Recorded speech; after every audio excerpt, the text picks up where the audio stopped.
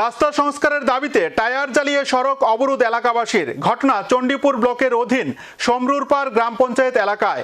রাস্তা সংস্কার নিয়ে অবরোধকারী ও স্থানীয় পঞ্চায়েতের জনপ্রতিনিধির অভিযোগ পাল্টা অভিযোগ ঘিরে উত্তপ্ত হয়ে ওঠে পরিস্থিতি।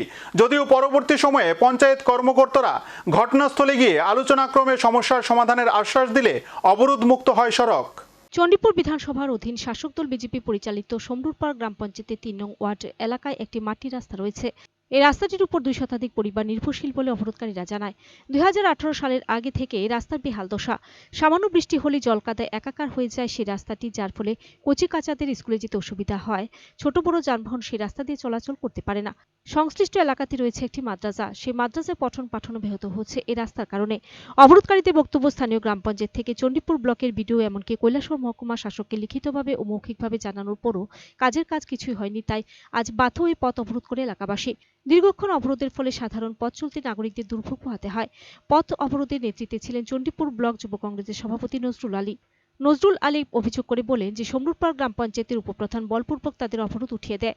পঞ্চায়েত নির্বাচনের পূর্বে নিজেদের অস্তিত্ব জানান দিতে স্থানীয় বিভিন্ন ইস্যুকে হাতিয়ার করে জনগণের ক্ষোভকে কাজে লাগিয়ে বিরোধী শিবির শাসক দলকে চাপে রাখতে চাইছে।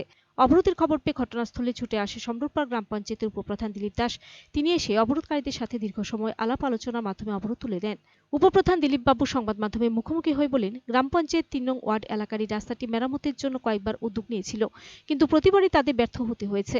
এলাকার মাটি রাস্তা ইটসোলিং কিংবা সিসি রোড করতে হলে রাস্তা নির্দিষ্ট পরিমাণে প্রশস্ত থাকতে হয়। তাছাড়া আর যারা রাস্তা সংস্কারের জন্য সড়ক অবরোধ করে জনসাধারণকে দুর্ভোগে ফেলেছে, তারাই রাস্তার জন্য জমি দিতে রাজি হয়নি।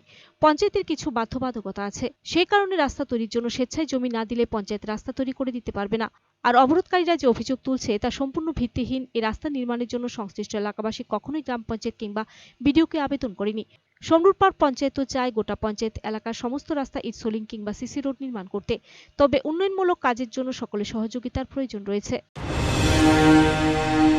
আজকে আমাদের চণ্ডীপুর বিধানসভার অন্তর্গত সমরুরপাড় গ্রাম পঞ্চায়েতের অধীনে ৩ নম্বর ওয়ার্ডে ২০১৮ সাল থেকে আমরা সেই রাস্তা নিয়ে আন্দোলন চালিয়ে যাচ্ছি।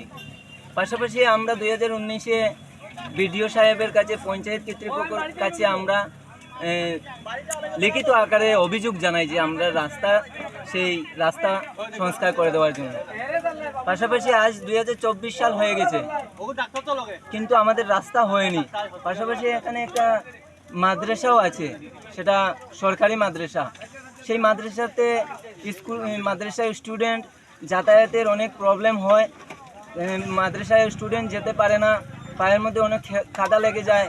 তো সেই বিষয় নিয়ে আমরা বিডিও সাহেবের নলেজও দিয়েছি, মাননীয় এসডিএম সাহেবই জানেন সেই বিষয় নিয়ে। ওরা আমাদেরকে কোনো আশ্বাসও দিচ্ছেন না, কোনো পাত্তাই দিচ্ছেন না। সেই নিরিখে আজকে আমরা রাস্তা অবরোধ করেছি।